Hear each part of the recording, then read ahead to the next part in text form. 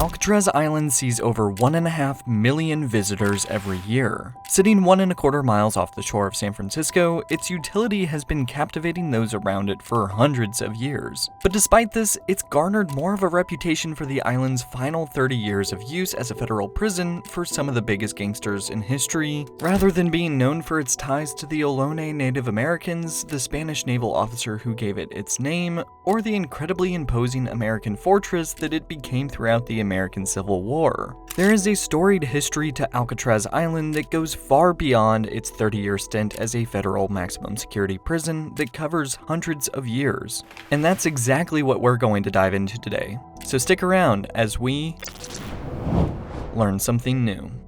Many years prior to the island becoming a place for some of the hardest criminals of its time, before it served as a defensive military base, and even before it was known as Alcatraz, the Ohlone Native American tribe used it to gather eggs. The island was a popular one with many pelicans, and the Ohlone would often take boats out to the island to gather up whatever food they could, or just use it as a fishing spot. Though over time they began to believe that the island held evil spirits, telling future generations that the island should be avoided, most often using it only as a place of isolation or banishment from those who violated their tribal law, foreshadowing what its utility would someday become to the United States government. Fast forward to the 1700s, and America was still being explored and mapped out by many European countries. One Spanish naval officer named Juan Manuel de Ayala y Aranza came across the island in 1775 while charting the area that would eventually become the San Francisco Bay. He named the island after the birds he saw prominently over every part of it, calling it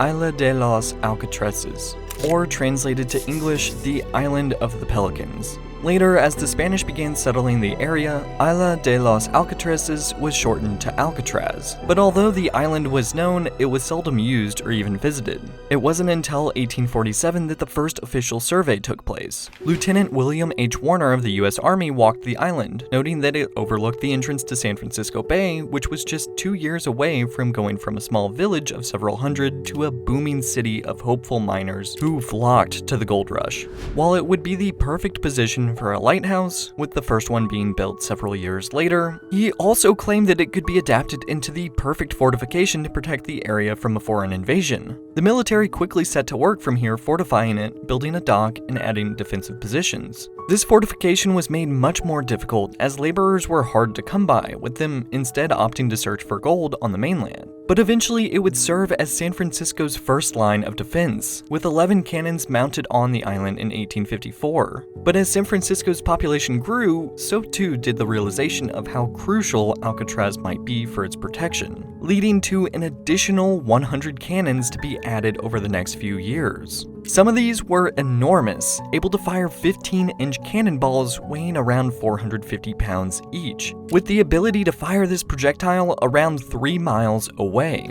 Several buildings were added to the island as well, including one called the Citadel where the army barracks were stationed. The foundation for the Citadel would one day be repurposed into the prison's foundation. This design could theoretically hold as many as 200 soldiers with enough rations to withstand a 4-month siege. Somewhat ironically, although the military sought to build up Alcatraz to protect against foreign invaders, it would have its first and most prominent militaristic role as a fortress in the United States Civil War, since it was the only completed fort in the Bay Area.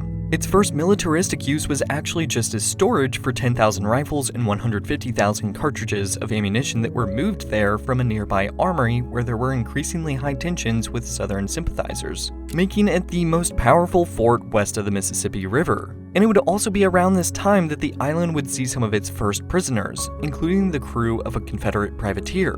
By 1870, both Lime Point and Fort Point had been constructed on either side of the bay to form what was called a triangle of defense to protect the Bay Area. And although throughout the entirety of the Civil War, Alcatraz never once saw battle, it saw a gradual increase to over 350 soldiers living there. And on August 27, 1861, Alcatraz was designated as the official military prison for the Department of the Pacific, a department whose territory covered nearly everything west of the Rocky Mountains. As a military prison, its conditions were less than ideal, with Confederate prisoners sleeping on stone floors side by side, and with no heating, no running water, or any sort of sanitary facilities for the prisoners, sickness ran rampant throughout the island population. But through the second half of the Civil War, its use would only increase. After a group of Confederate sympathizers tried to overtake and blockade the Bay Area, they were taken to the island, but so many of them had been arrested that soon every room was filled and a temporary wooden prison had to be built in 1863. The end of the Civil War saw the first and only time the cannons on the island were fired, not for their defensive capabilities, but rather in the honorary funeral procession for the recently assassinated President Abraham Lincoln. After the war, it continued on in its use as a fortress to dissuade a foreign invasion, as well as operating as a military prison, though it would mostly hold Native Americans for the next 50 years. But this was also a time of massive expansion for the island's buildings, with more prison space added, soon referred to as the upper prison, while the lower prison that had been previously used for housing was converted into workshops for prison labor. While at first these buildings were almost entirely built out of wood, several fire scares across the island would lead to them being replaced with concrete, using the prison labor on the island to do so. But as the US military became more powerful as it entered into the 1900s, Alcatraz's defensive purpose didn't really make sense anymore. So in 1907, it fully converted from a fortress with a prison on it to full-on prison island. New projects soon began to accommodate the many military prisoners, and during World War I, the prison housed German prisoners of war. The upper citadel was torn down and a huge cell house was built over the citadel basement and moat. The new cell house, completed in 1912, was the largest reinforced concrete building in the world at the time, containing 4 cell blocks with a total of 600 cells, each with a toilet and electricity. In 1915, the island was renamed the Pacific Branch U.S. Disciplinary Barracks, and a new emphasis was put on education and rehabilitation.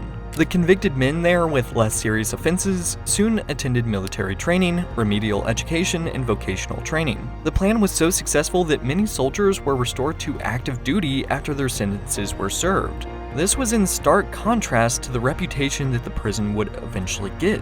Prisoners with more serious offenses were not given these opportunities and were dishonorably discharged from the army after serving their terms. As a disciplinary barracks, Alcatraz was a minimum security prison, and most prisoners were locked in their cells only at night. During the day, they spent their time either in classes or doing work activities around the prison. Throughout these years, several inmates did try to escape the island by boarding boats, swimming, or clinging to wooden objects, nearly all of which failed, except on November 28, 1918, when 4 prisoners managed to escape with rafts. The authorities assumed that they had drowned in San Francisco Bay, but they later appeared in a nearby forest, only one of which would be captured. And while the island was extremely effective in keeping people on it, the military would gradually find itself having an increasingly difficult time of justifying its continued operation. And it really came down to need and location. Between World War I and World War II, there wasn't a huge prisoner population within the military. Those that were prisoners could often be held more easily at another institution rather than being taken to one of the furthest west points of the contiguous United States. Plus, it was expensive. By the 1930s, the island's population had grown tremendously, but for the hundreds of people on the island, everything needed to be imported, including food, water, and any supplies. At this point, it just didn't make sense for the military to continue funding its upkeep. But there was something else happening at the time that would give them a huge out, and it would transform the island into essentially what we know it as today. By the beginning of the 1930s, the Prohibition was entering its twilight years, but combined with the Great Depression, the era of organized crime was experiencing a massive boom. Cities across the United States saw violence and shootings perpetrated by mob families fighting for control. Prisons across the nation were also experiencing more escape attempts, rioting, and especially gang-related murders. Alcatraz seemed to be the ideal solution to the problem, and FBI Director J. Edgar Hoover jumped at the opportunity to create a super prison that would instill fear in the minds of would-be criminals, offering no means of escape and serving as a place where inmates could be safely controlled. Negotiations soon began, and Alcatraz was transferred to the Bureau of Prisons in October of 1933. By the early part of 1934, 80 years of the U.S. Army's occupation ended. Except for 32 of the most dangerous prisoners who were to remain on the island and incarcerated in the new prison when it was completed, the others were transferred to Fort Leavenworth, Kansas, and Fort Jay, New Jersey. Under its new management, it would see many notorious prisoners and served as a place for some of the hardest and most escape-prone prisoners of the next 30 years. It seems as though Alcatraz was almost destined to become the prison island we recognize it for today. But although it's currently commonly thought of as the place where gangsters would be sent away from society, it's important to recognize the hundreds of years of buildup that got it to that point. Thank you for watching Learn Something New. If you like this video, please consider liking it and subscribing to the channel. If you want me to talk more at length about Alcatraz Island during its time as a federal prison, as well as why it eventually closed down, let me know down in the comments below. Thanks again, and I'll see you in the next one.